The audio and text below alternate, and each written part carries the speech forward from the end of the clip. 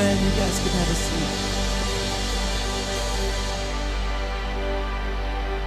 Well, what's up, everyone? This is Dave. I'm here in my garage. It's Wednesday, and you see behind me my car. Something happened on Sunday as I was going to the community group. I was driving along, and all of a sudden, my car just quit. Like, all the lights went out, the dashboard, everything went out, and basically I lost all power. What had happened is that my alternator went out. And the battery was dead, and I coaxed it into a parking lot, and I had to have my wife come pick me up and everything. Well, the thing isn't necessarily that happened. The thing is that there had been warning signs. The charging circuit light was on, but the car was driving okay, so I just figured, I'll take care of this when I can, when it's convenient. Of course, it never was convenient. And then all of a sudden, because I ignored the warning signs, all of a sudden I got stuck, and now I'm having to take an entire day. It's Wednesday. I have to take an entire day off work. I had to cancel all my appointments. I had to cancel I have stuff I really need to do, and I'm not able to do it because I'm stuck at home. And the analogy is a lot of us. That's kind of us. We've got warning signs going on. We're ignoring them. We've got the ache. We've got the pain. We've got the, but we'll deal with that later. We're not really taking care of ourselves. And then all of a sudden, boom, we get pulled over on the side of the road. Our car breaks down. Our life breaks down. We land in the hospital, or we have to take months off of work, or we cut our family short years because we didn't take care of ourselves. We didn't listen to the warning signs. And so, right now I'm having to take an entire day. Like I said, I'm having to stop, and it demands my attention. And so the Christian takes seriously the call to take care of God's creation, which is our bodies. It's just the way it is. He created us in his image, and we're supposed to take care of it. And if we don't take care of it, we wind up stuck on the side of the road like my car. Now, thing is that my alternator's 21 years old. I mean, it's old. It's long-lived. Its effectiveness is, it's 10 years past what a normal lifespan is. But the analogy is, guys, I'm getting older too. So are you. And we don't take care of ourselves, and we don't take care of God's creation. We don't eat right. If we don't get enough sleep, if we don't take care of ourselves, this is what happens right here. And we have to spend time fixing what we should have listened to earlier. I hope that today, that this you're going to enjoy what we talk about today, and I hope that maybe it takes us to a place where we actually start caring for God's creation. God bless. That was the most miserable Wednesday. It was awful, okay? It was terrible because it was a hard repair. It took me about 8 hours to do. It was a full work day. My hands were killing me. My back was killing me. I'm not made for that kind of stuff, just letting you know.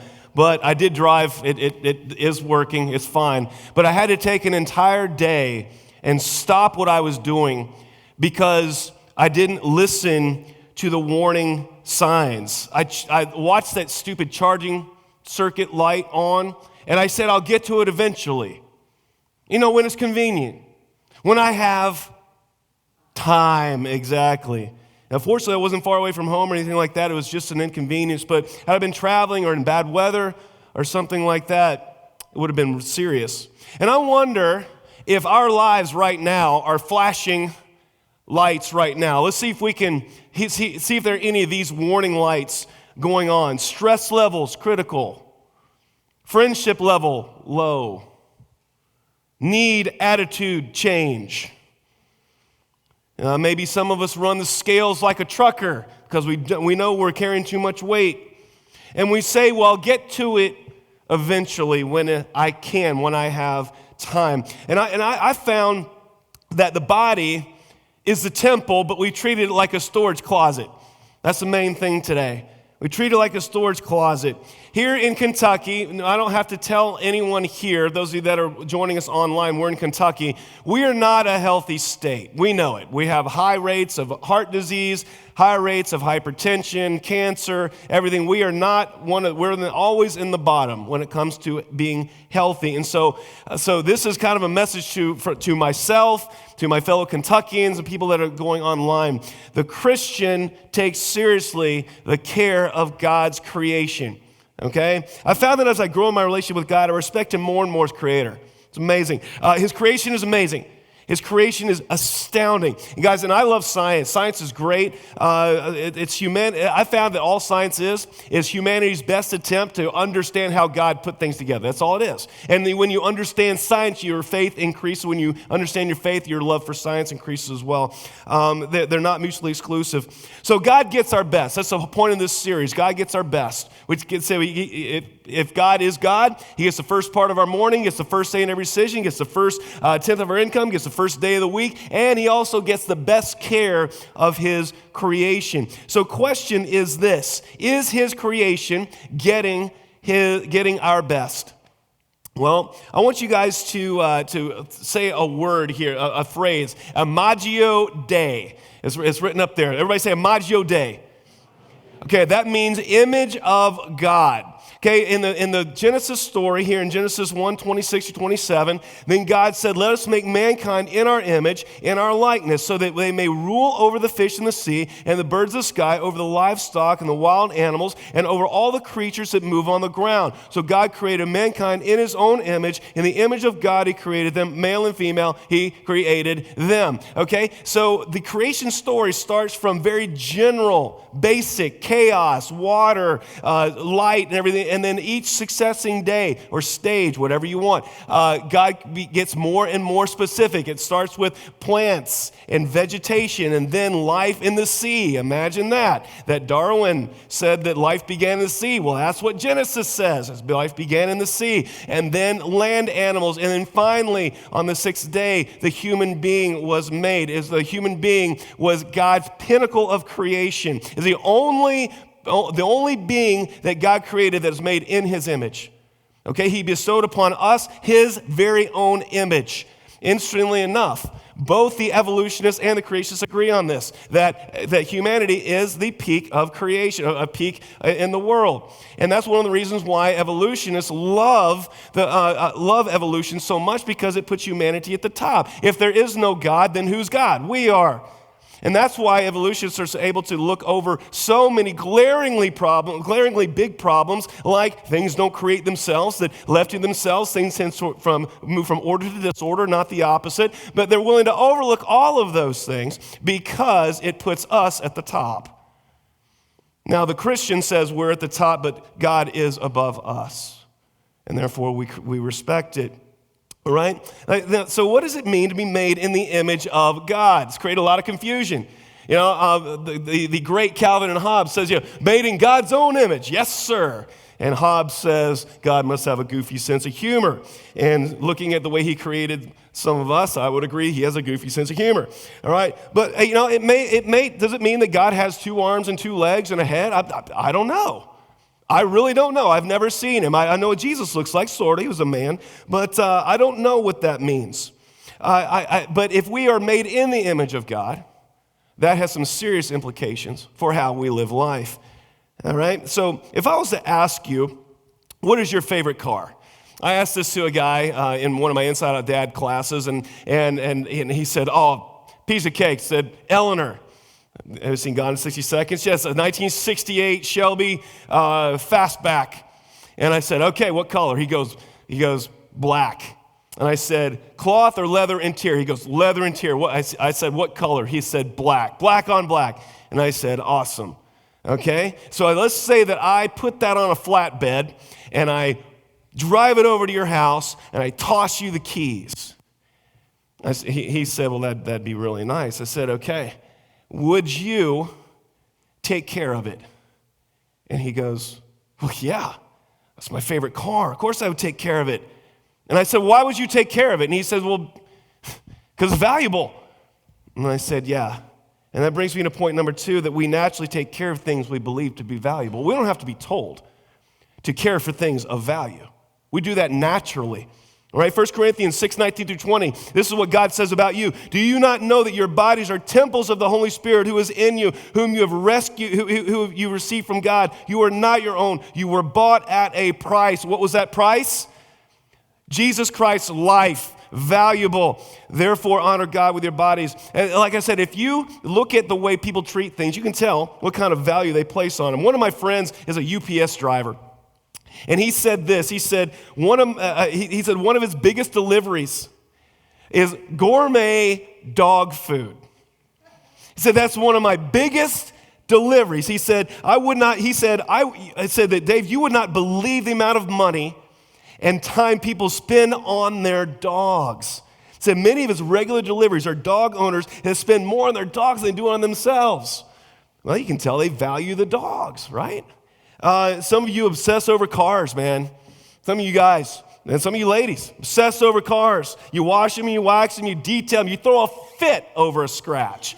You've seen all 60,000 Fast and Furious movies, and your car is more valuable than your home. Okay? So we value the cars. Now, I've got a U of L basketball shirt. I use it as an oil rag to clean up spills. Hey, at least it's valuable for something, but that's exactly how much I value U of L basketball. And I'm not alone. See, we naturally take care of things we value. I don't have to tell you that. It just happens naturally. And my job here today isn't to tell you to take care of yourself. You've heard that message so many times. My job here today is to tell you that you are of infinite value, that you are made in the image of God, and Jesus died, gave the cost of his life for you. God spent time on you. And once you see that you are of infinite value, then everything changes. The lowest dreg laying in the gutter, homeless, poor, is of more value than a 68 fastback Shelby. Because the lowest dreg was made in the image of God and bears his image every day. We've stopped talking about that in the church. Maybe it's because we have so many demands on our time. We're slaves to the urgent rather than what's important. But at any rate, we cannot say God first while neglecting his greatest gift to us. I've debated whether or not Jesus is the greatest gift to us or our bodies are God's greatest gift. And I'm thinking to myself that if you were not alive, Jesus' gift would not be for you. So maybe God's creation is his greatest gift so that we can appreciate the gift of Jesus. I don't know. But here's the thing. My goal today is I want to bring awe back into our lives. We need to bring awe back into our lives. Like I said, I don't need to stand here and convince you of God's creation. We need to take care of ourselves. If you believe yourself to be valuable, you will take care of yourself. I'm going to let you know what a masterpiece you are today. I've lived in the house with my dad for 47 years, and growing up, I was not able to escape the talk of what a masterpiece the human body is. My dad's a surgeon and has graduated medical school 50 years ago. And for 50 years been studying the human body. And so I've invited him up here just to share a little bit about what he has seen and what he has experienced with the human body. It's just very, very important. We start off with Romans 1:20, that since the creation of the world, God's invisible qualities, his eternal power and divine nature have been clearly seen, being understood from what has been made so that people are without excuse. In other words, God's creation is on display for everyone. And then one of my favorite passages is Psalm 139, 13 through 14, says this, "For you created my inmost being, you knit me together in my mother's womb. I praise you because I am fearfully and wonderfully made." Can I get an amen? Yes. Your works are wonderful. I know that full well. So what is your, what is it that you have come to the conclusion of? Like David said, I've been 54 years since I started medical school. First day I walked into the anatomy lab, I was just struck by the body and my awe of the body and its intricacies and its work has just been growing every time. I eventually ended up doing a little talk on God as the body as a temple. And if you got to realize that everything that man thinks is good about structural things, God already did it. And we want to show you this in hopes to inspire you all to have the same awe and reverence for this magnificent structure. Our point up here is not to do anything but make you guys say, wow, okay? So check this out. This first one is a miracle of architecture known as reinforced concrete. Anybody ever worked concrete? Put rebar in? Yes, and I cut my leg open on a piece of rebar. It was not pretty. But that is the genius of buildings, reinforced concrete, okay? This is our greatest invention of architecture, right? Great load bearing with minimal amount of weight. And so what does that have to do with anything? Let's see the next Aaron, look at your bones. Your bones are your loading structures. And bones are basically rebar. They've got a mineralized matrix with columns running through it. That's why your bones don't weigh 500 pounds or why your body doesn't weigh 500 pounds. It's the best mix of load bearing and weight. So you're saying that basically our bones are reinforced concrete? Yeah, it's rebar, the principle of rebar. Principle of it. So all these architects did was discover what God already did. Okay, interesting. All right, so next time you take a step, you all appreciate the fact that God designed that in such an amazing way. Yeah, there's a picture of it. Show the picture here. So that's your leg bone. It's your lower leg bone. And you sure that's what that is? That's front view and side view and everything. That's right. Okay. And so the next one, that cortex, that whitish, thick part, basically that's rebar. That's basically rebar. So God has provided reinforced in every single one of our bones. So next time you take a step, appreciate that, y'all. Be in awe of that. So the next one is the miracle of architecture, the dome.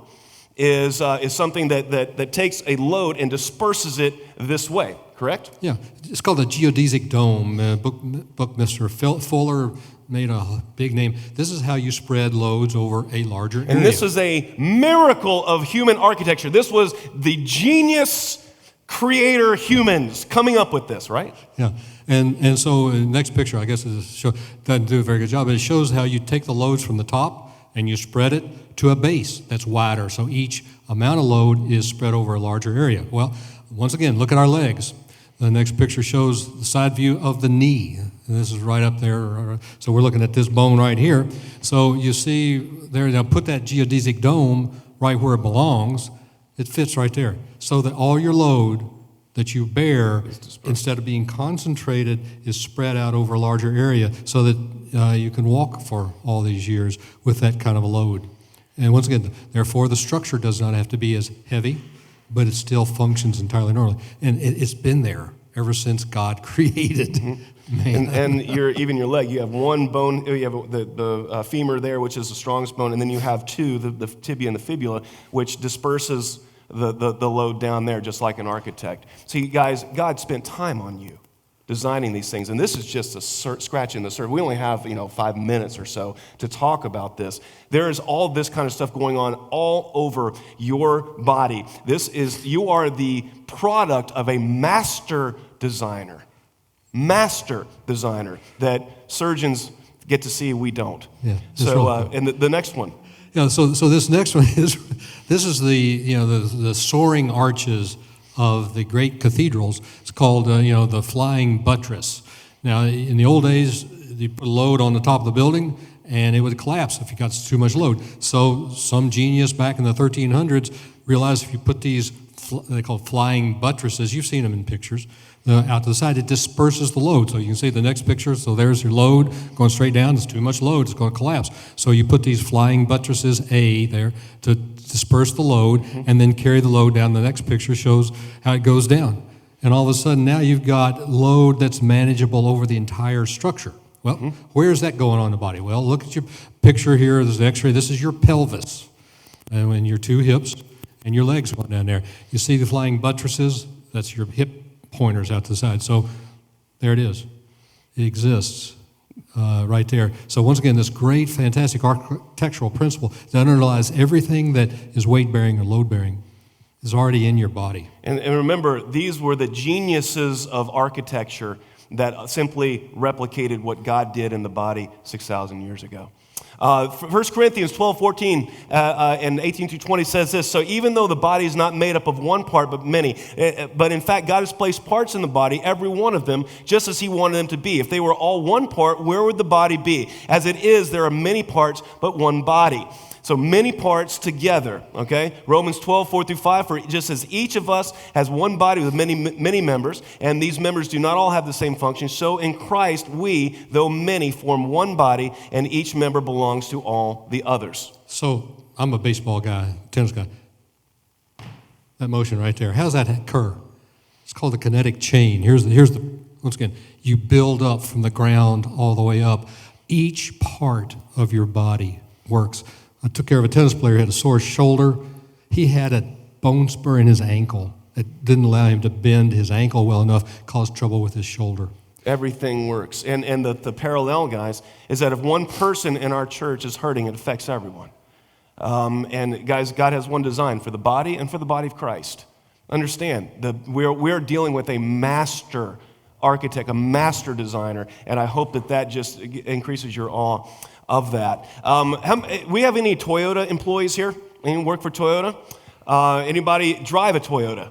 Anybody heard of Toyota? Anybody been to? Okay, excellent. Well, back in the 90s, Toyota, I remember reading this in the newspaper. That's back when I read the newspaper. And this amazing new managerial thing, okay?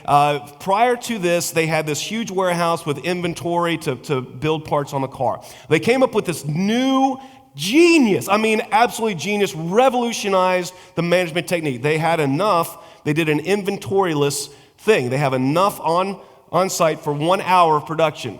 And then they had trucks arriving every hour to replenish that. They cut down on their inventory. It streamlined things. It was this manufacturing genius thing that they came up with. It was one of those brilliant management thing in 100 years since Henry Ford invented the assembly line. And I remember reading that, and this guy here having to rain all over everybody's parade, saying, that already exists. It exists. Everybody has muscles. You store only about 20 seconds worth of energy in your muscle to do this activity. Now, you can kind of overload the system, but that's what it is. But you're continually bringing more energy supply throughout the entire... If we didn't, our muscles would be... Yeah, well, you'd have to have storage capability of muscles this big rather than this big right here, and it's not very efficient. Liver just continues to drive out make all the glucose, and by golly, it goes to the muscles. So this, once again, this just-in-time, this lean process has been working on everybody since creation started. So basically, Toyota just discovered what God had already created and was existing in use since the beginning of time. Incredible. The human muscles. Yep. Right there. Excellent. So Tony Dungy, the famous football coach, said something here, and I'd like to pull this up. As followers of Christ, we should maintain self-control and discipline, especially when it comes to taking care of our bodies. Doing this honors God. He gave us the gift of our bodies through the miracle of His creation, taking care of our bodies, watching what we put into them, and being careful about how we use them each day are responsibilities we should not take lightly. So, y'all, that is just a small portion of how God has designed you. This small portion of what He's seen over 50 years of surgery and working with the human body. And so when I heard this, all these things are going on, I was just in awe of God's creative, magnificent creation abilities. And I think we should give God a hand for that. It's just, you are fearfully and wonderfully made. Thank you. Yeah. So, like I said, I don't have to convince you to take care of yourselves. I have to convince you that you're infinitely valuable and therefore worthy of being taken care of. You are fearfully and wonderfully made. So I have four little proverbs, four little statements that I want you to apply, remember. These are four things as we care for our bodies. Number one is this: food is fuel, not a drug. Proverbs 25:28, like a city whose walls are broken through is a person who lacks self-control, okay? Food is fuel, not a drug. I have a confession to make, you all. I was really stressed the other day, and I went over to a friend's house, and he'd just seen his dealer and gotten some heroin. So we sat down at his kitchen table and shot up while we talked. I guess it was a stress shoot up. I have another confession to make. I was feeling depressed. I'd had a rough day, and I felt like I needed something to make me feel better about myself. So I took a hit of cocaine. I call it comfort cocaine. I didn't actually do that. Well, sort of. I didn't use heroin or cocaine. Let me substitute food for that drug and see if it sounds any different. I'm going to restate those. I was really stressed out the other day. I went over to a friend's house. He just got into the bakery, got some great sweets. We sat down at his table and we ate while he talked. I guess I stress eat. I was feeling depressed. I'd had a rough day and really felt like I needed something to make me feel better about myself. I ate 6 garlic breadsticks. I call it comfort food. Substitute food for drug. They're being used for the same purpose, not for fuel, but to make me feel better, to escape. In both those instances, I was using food as a drug. I wasn't hungry. I was stressed and depressed. And I used foods to make me feel better. And the problem is this. If I was to stand up here, I'm just going to point honesty here. If I was to stand up here and tell you that I use heroin to help me deal with stress, you all would get rid of me as pastor. But if I was to stand up here and tell you that I use food to help me deal with stress, I could be pastor here as long as I wanted. Society recognizes one is bad and the other one is okay. And you say, well, eating a cupcake isn't the same as taking a hit of heroin. It doesn't have the same consequences. Yeah, you're right. However, I've visited hospitals the last 23 years of ministry, and I've seen several people in the ICU for overdoses, but I've seen far more people in the ICU for obesity-related illnesses. We need to recognize that far too often we use food as a drug, and I'm guilty of it too. Okay? Food is fuel. Food is necessary, but it is not a drug. If you stress eat, if you need comfort food, you're in the wrong relationship with food, and you're using it as a drug. So honor God by having the right relationship with food, you all. That's a big deal for us. The second thing is this. Sleep isn't just for infants. All right? Genesis 2:2. By the seventh day, God had finished the work he had been doing. So on the seventh day, he rested from all his work. God sees the need for rest, and therefore we should too. Sleep is not just for infants. I'll tell you this. I love studying the family. I love studying parenthood. And one of the things I've been overly concerned with is the amount of medication that our children are on. I'm not saying it's right or wrong. Sometimes it's necessary, sometimes not. But we cannot disagree with the fact that our children are on all kinds of medicine, mostly for ADHD. And I saw a study, took 25 children that were diagnosed with severe ADHD. I'm talking like incapacitating ADHD. And they did a sleep study on them. And they found that 21 of the 25 snored atrociously. And the other 4 snored big time. And so they did a study, and what they found out was that they were never getting into the REM sleep, the stage 5 of sleep. Yes, REM is more than just an 80s band. Yeah, REM, rapid eye movement sleep. And so their snoring was stopping them. They were asleep, but they were not getting the deep levels of sleep. And so what they did, they all had their tonsils removed. That was a standard. How many of you all have had your tonsils removed? Okay, that was standard back when my dad was a kid and everything. Okay, the kids quit snoring, and in 22 of the 25, symptoms of ADHD disappeared within a week because they were getting enough sleep. They were exhausted. And I don't know about you all, but when I'm exhausted, I'm a different person. I am not a nice person. I am a cranky, mean, dramatic person. And I don't concentrate well. I don't speak well. I don't do anything well when I'm tired. And guys, that is what is going on with so many of us. So many of us are not getting the sleep that we need. And that is huge. It is affecting us. It's affecting your relationships at home. It's affecting your marriage. It's affecting your kids. It's affecting your work because we have devices and everything keeping us up when we weren't supposed to be kept up like that. So parents, if you have children with devices, computers, TVs in the room, get rid of them. They need to be going to sleep. They need to be going to sleep, and so do you. Sleep is not just for infants. Take care of yourself. Number 3, connection is not just for mobile devices. All right? Proverbs 12:26, the righteous choose their friends carefully, but the way of the wicked leads them astray. During the lockdowns of 2020, which has been shown to not been effective at all, Johns Hopkins study, did absolutely no good, but did a huge amount of harm. Mental health suffered greatly. We all know that. That's no great secret. Only one group of people reported doing well mentally and mental health-wise in 2020. It was men didn't do well, women didn't do well, Republicans didn't do well, Democrats didn't do well, independents didn't do well. All reported decreasing levels of mental health. Not one single race, broken down by race, did well. Only one group of people did. And this is true. They were people who regularly attended worship services. They were the only ones. They reported a +4 rating of their mental health. Everyone else decreased. Why was that? Well, it was because one simple thing. They had connection.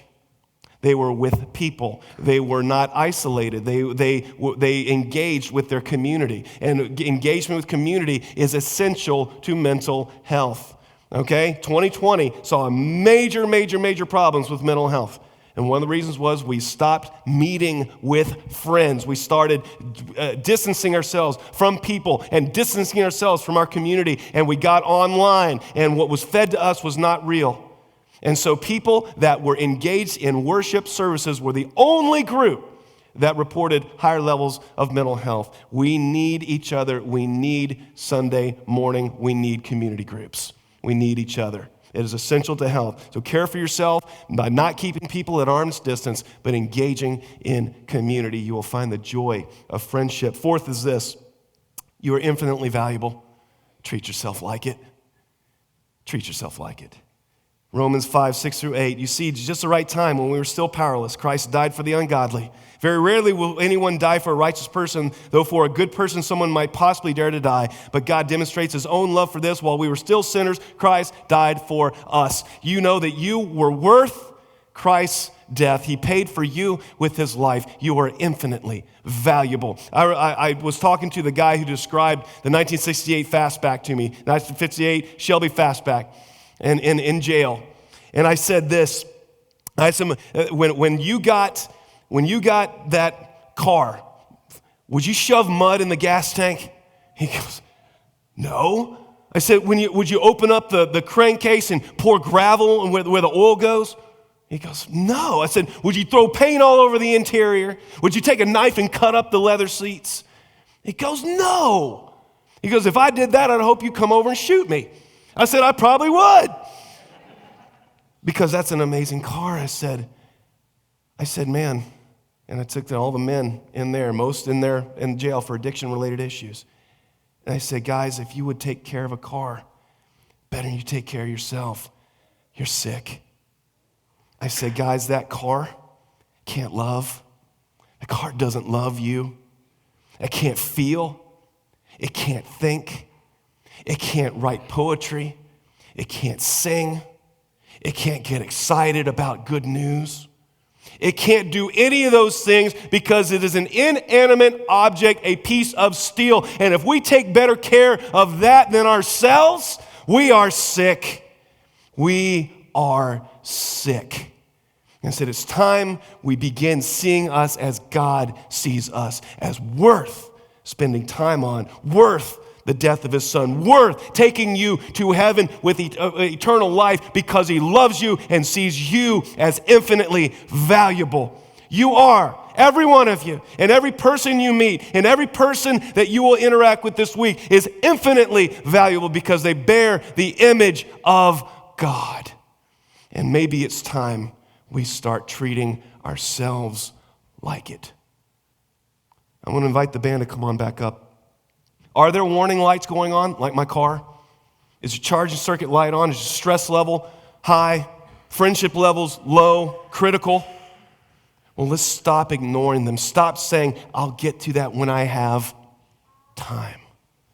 Because what's going to happen is what happened to me. You're going to be forced to stop.